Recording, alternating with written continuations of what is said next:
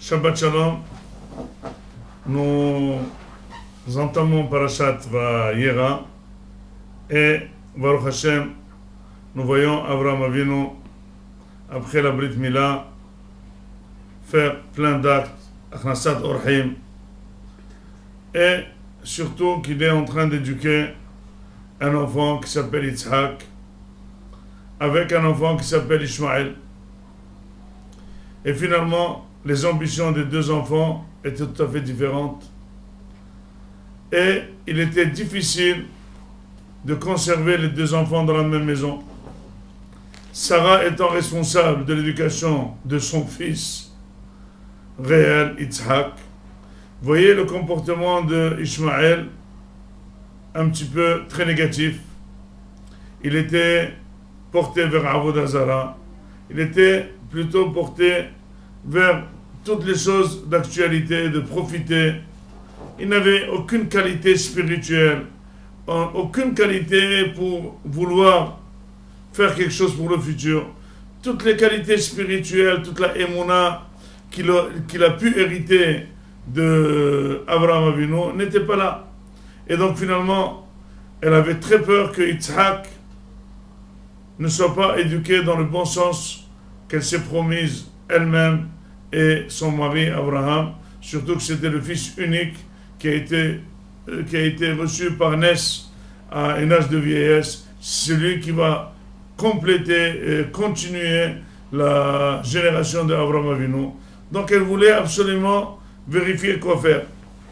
Dans le passage qui n'est pas marqué clairement qu'est-ce qu'il faisait Ishmaël, mais il y a un mot clé qui peut symboliser ce qu'est Ishmaël. Vatere Sarah et Ben Hagar Amitrit Metzahek.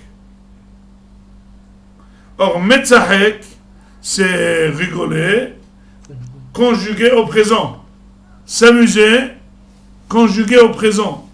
Et ce mot-là, il est vraiment en antagoniste à la personnalité de Yitzhak, qui est s'amuser, mais au futur.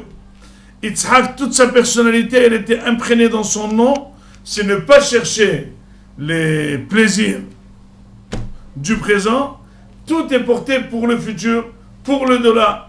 Et donc elle a vu comment ça se fait, hein, comment on peut faire que Yitzhak va être godel avec le Metzahek. Ishmaël, il a perdu son nom de Ishmaël, mais seulement il a maintenant un adjectif qualificatif qui s'appelle Metzahek. Vatere Sarah et Ben Hagar Amisrid Metzahek. Vatomer. גרש את האמה הזאת ואת בנה, כי לא יירש את בן האמה הזאת עם בני עם יצחק. Abraham Avinu coupé, les deux c'est des enfants, il ne savait pas quoi faire. Est-ce qu'il fallait écouter Sarah ou il ne faut pas l'écouter? Akadosh Baruch Hu lui dit Kol asher tomar elecha Sarah tishma bekola. Il a renvoyé Ishmaël. Tout ce que te dit Sarah, il faut l'écouter. Et il a renvoyé Ishmaël. Les Mefarshim disent finalement, dans l'éducation, même au sein de sa propre famille, il y a toujours une contagion. Même le plus grand tzaddik qui peut s'appeler Yitzhak, si jamais il est en présence d'Ishmaël, il peut baisser dans sa spiritualité. Il peut être très influencé par Ishmaël. Et quand on n'a pas le choix, il faut savoir couper. Il faut savoir séparer. Il faut savoir conserver le bon et éloigner le mal.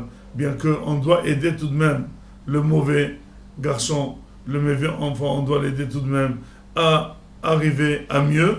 Et si c'est au détriment du bon garçon, il faut séparer. Et c'est ce qu'il a fait Abraham Avinu.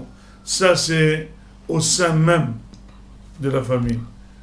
À plus forte raison quand il s'agit des amis. Comment choisir les amis de la personne? On ne peut pas choisir, il faut toujours choisir les amis de l'enfant qui aient les mêmes ambitions. Et surtout s'il y a un enfant qui aime s'amuser au présent, qui aime tous les plaisirs, c'est sûr qu'il va influencer votre fils. Il faut savoir choisir son fils, il faut savoir, et pour son fils, les meilleurs amis. Parce que si jamais la plage où le fils grandit n'est pas surveillée, il y a un âge où on peut encore influencer, et là, on peut avoir vraiment de mauvaises surprises. C'est pour ça qu'il faut toujours, dans la maison, et dans les alentours qu'il y ait une stérilité. Il faut aussi savoir que dans l'éducation, que la maison soit des idées très directives, très claires. Il faut que les parents savent très bien quelles sont les principales directions de leur fils et y tenir à ça. Et savoir leur donner l'ambition à son fils. Voilà ce qu'on veut de toi. Voilà ce qu'on veut que tu sois. Et encourager l'enfant au but des parents. Et avec ça, on les aurait les banim tamidei hachamim.